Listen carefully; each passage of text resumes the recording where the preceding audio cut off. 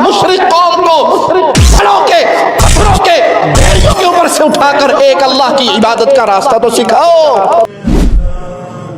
देखो, मुफ्ती तारिक मसूद के बारे में तो हर किसी को पता है और ये भी पता है कि मुफ्ती तारिक मसूद का अभी क्या हाल चल रहा है। बहुत सारे इस्लामिक स्कॉलर्स और बहुत सारे इस्लामिक यूट्यूबर्स मुफ्ती तारिक मसूद के खिलाफ प्रोपेगेंडा चलाने में लगे पड़े हैं। देखो, मुफ्ती तारिक मसूद ने क्या कहा था उसकी रियल वीडियो तो मैंने अभी तक नहीं देखा, क्योंकि मैं अभी सोशल मीडिया पे बहुत कम एक्टिव हूँ। इसलिए आप लोगों ने देखा होगा मैंने अपना इंस्टाग्राम अकाउंट भी डिलीट कर दिया और मैं अपने वीडियो को एडिट करने में ज्यादा वक्त भी नहीं लगाता हूँ। इसका मतलब ये नहीं है कि मेरे पास बहुत काम है, इसका ये मतलब है कि मेरे चैनल पर 2 स्ट्राइक आ चुके हैं। वैसे तो मेरे चैनल मोनेटाइजेशन को डिसेबल कर दिया गया है, लेकिन फिर भी मैं इसलिए वीडियो बनाता हूँ ताकि लोग मेरी वीडियो को देखकर कुछ अच्छी बातें सीख सके। लेकिन अब मेरे चैनल पे 2 स्ट्राइक आ चुके हैं। पता नहीं यूट्यूब वाला कब तीसरा स्ट्राइक देकर मेरे चैनल को ब्लास्ट कर दे। खैर, अगर मैं मुद्दे की बातें करूँ तो मैंने मुफ्ती तारिक मसूद की रियल वीडियो को तो नहीं देखा, पर हाँ यूट्यूब शॉर्ट्स वीडियो स्क्रॉल करते हुए मेरे पास मुफ्ती सलमान अजहरी की एक वीडियो सामने आई। मुफ्ती सलमान अजहरी ने अपनी वीडियो में ये कहा कि मुफ्ती तारिक मसूद ने कुरान के बारे में और नबी सल्लल्लाहु अलैहि वसल्लम के बारे में ये कहा। मेरे नबी का एक लक़ब है उम्मी, जो किसी से ना पढ़ा हो।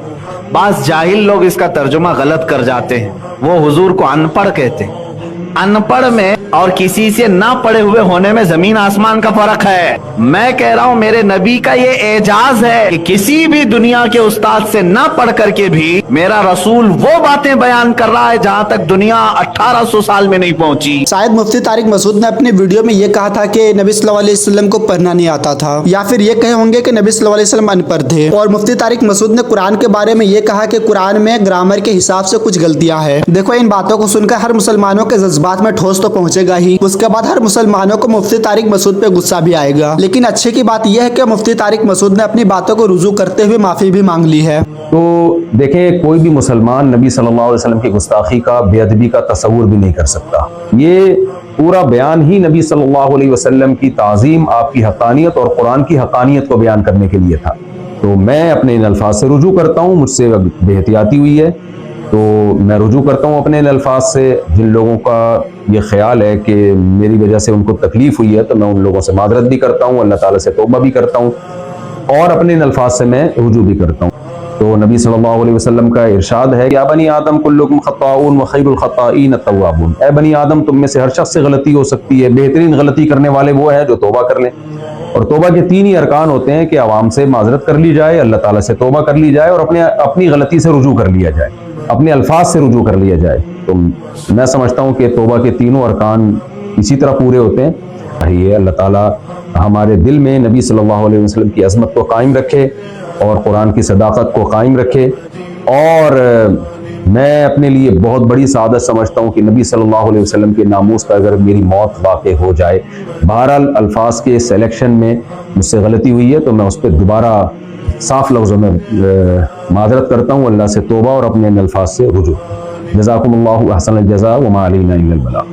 मुफ्ती तारिक मसूद ने एक बार नहीं कई बार कैमरे के सामने आकर कहा, मैंने गलती की है, मुझसे गलतियां हो गई है, कृपया जिसके दिल में ये ठोस लगी हो वो मुझे माफ कर दे। मुफ्ती तारिक मसूद ने अल्लाह ताला से माफी भी मांग ली है। देखो, गलतियां करना, भूल करना ये तो हर इंसान से होती है, लेकिन सबसे अच्छा इंसान वो होता है जो गलतियां करने के बाद उनको ये एहसास हो कि मुझसे गलतियां हो गई है और वो माफी मांग ले। देखो, हम इंसानों की तरह मुफ्ती तारिक मसूद भी आम इंसान है। जिस तरह हम सबों से गलतियां होती है उस तरह उनसे भी गलतियां हो गई है, लेकिन उसने अपनी गलतियों की माफी भी मांग ली है। अब आते हैं कुछ ऐसे क्रिएटर जो नफरत फैलाने की मेडल लेना चाहते हैं। वो लोग मुफ्ती तारिक मसूद को बस इसलिए बदनाम कर रहे हैं कि वो देवबंदी है। कुछ लोग मुफ्ती तारिक मसूद को वहाबी कहते हुए उनके खिलाफ कई सारी वीडियो बनाने लगे और वो लोग मुफ्ती तारिक मसूद की वो वाली वीडियो चलाकर उनको गालियां देने लगे। मैं उन तमाम क्रिएटर से और आलिम दीन से बस इतना ही कहना चाहता हूँ, जिस बंदे से गलती हो गई है और जिसने अपनी गलती की माफी मांग ली है, तो आप लोग कौन होते हो इसके किए गए दोबारा गलती को दिखाने की। अगर मैं चाहूँ तो उन सब आलिम दीन की गुस्ताखी वाली वीडियो भी दिखा सकता हूँ जो उन लोगों से गलती तो हुई है लेकिन गलती की माफी भी नहीं मांगे हैं। खैर, मुझे किसी पर कंट्रोवर्सी करने की कोई जरूरत नहीं है। मैं उन सब से बस इतना ही कहना चाहता हूँ, जिस बंदे ने अपनी गलती की माफी मांग ली है उसके खिलाफ इतनी सारी प्रोपेगेंडा चलाने की क्या जरूरत है। कोई तो ये कह रहा है कि मुफ्ती तारिक मसूद को हम पाकिस्तान घुसने नहीं देंगे, कोई तो ये कह रहा है कि मुफ्ती तारिक मसूद का बाइकआउट करो, कोई तो ये कह रहा है कि मुफ्ती तारिक मसूद को यहाँ से निकाल दो।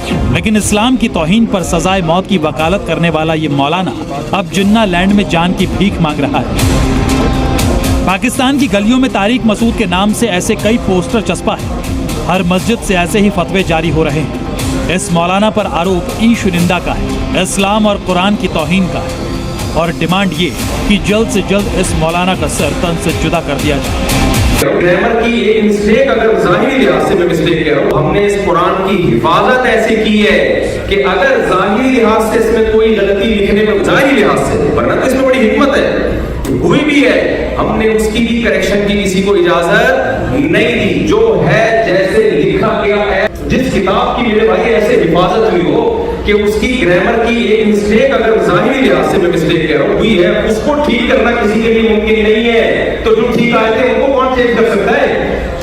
मैं उन सब से कहना चाहता हूँ कि मुफ्ती तारिक मसूद ने बस एक गलती की है और उस गलती को तुम लोग इतना ज्यादा बढ़ा चढ़ा कर कह रहे हो जैसा कि उसने गलती की माफी मांगी ही नहीं। मैं आप लोग से बस इतना ही कहना चाहता हूँ कि जिस बंदे से गलती हो गई है और उस बंदे ने अपनी गलती की माफी भी मांग लिया है, तो फिर उस बंदे के खिलाफ प्रोपेगेंडा चलाने की कोई जरूरत नहीं है। अब उसका ये तमाम मामलात अल्लाह पे छोड़ दो, बेशक अल्लाह ही बेहतर हिसाब कर